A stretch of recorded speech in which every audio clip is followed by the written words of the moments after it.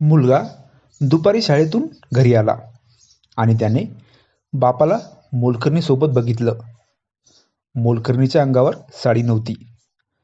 नंतर तो रोज त्याचं काम हाताने.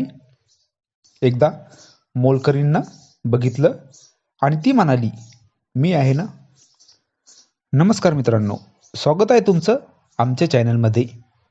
तुम्ही जर अजून आमचं चॅनल सबस्क्राईब केलं नसेल तर प्लीज चॅनलला सबस्क्राईब नक्की करा.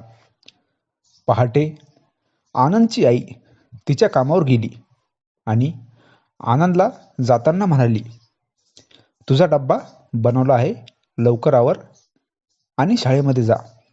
आज सकाळची शाळा आहे." आनंद 10वी मध्ये होता. आनंदची आई अंगणवाडी सेविका होती. ती सकाळीच अंगणवाडीमध्ये जात होती.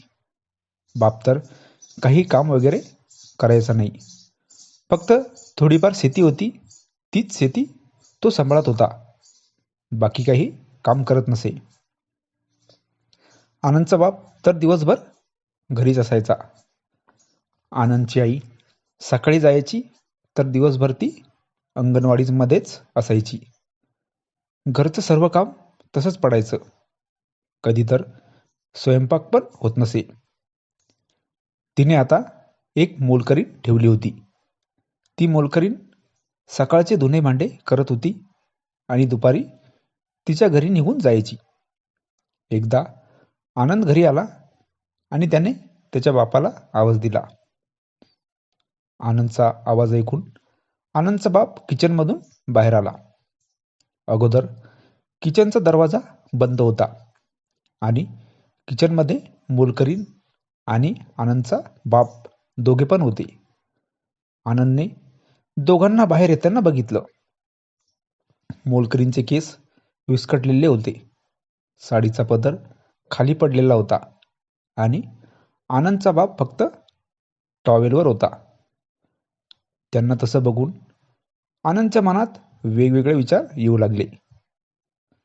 पण तेव्हा तो काहीच बोलला नाही. दुसऱ्या दिवशी तो दुपारी शाळेतून घरी आला आणि त्याने आज तर असं काही बघितलं होतं की त्यानंतर आनंदला एक वाईट सवय लागून गेली होती. आनंद दुपारी शाळेतून आला आणि त्याने बघितले की मोलकरीण आणि त्याचा बाप हॉलमधील सोफ्यावरच. तेव्हा मोलकरणीच्या अंगावर साडी नव्हती. बापाला मोलकरीणसोबत तसं बघून त्याच्या मनात तो विचार आला.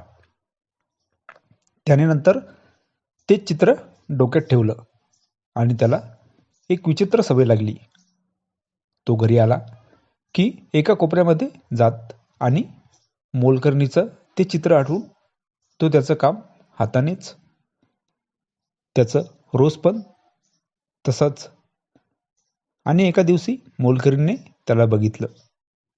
आनंद थोडा घाबरला, पण मोलकरीणने त्याला जवळ ओढले आणि म्हणाले, मी आहे ना, मग तू असं का तुझ्या हाताने?" नंतर तो पण त्याच्या बापासारखं मोलकरणीसोबत. आता आता तर बाप आणि मुलगा दोघे पण मोलकरणीच्या जाळ्यात अडकले होते.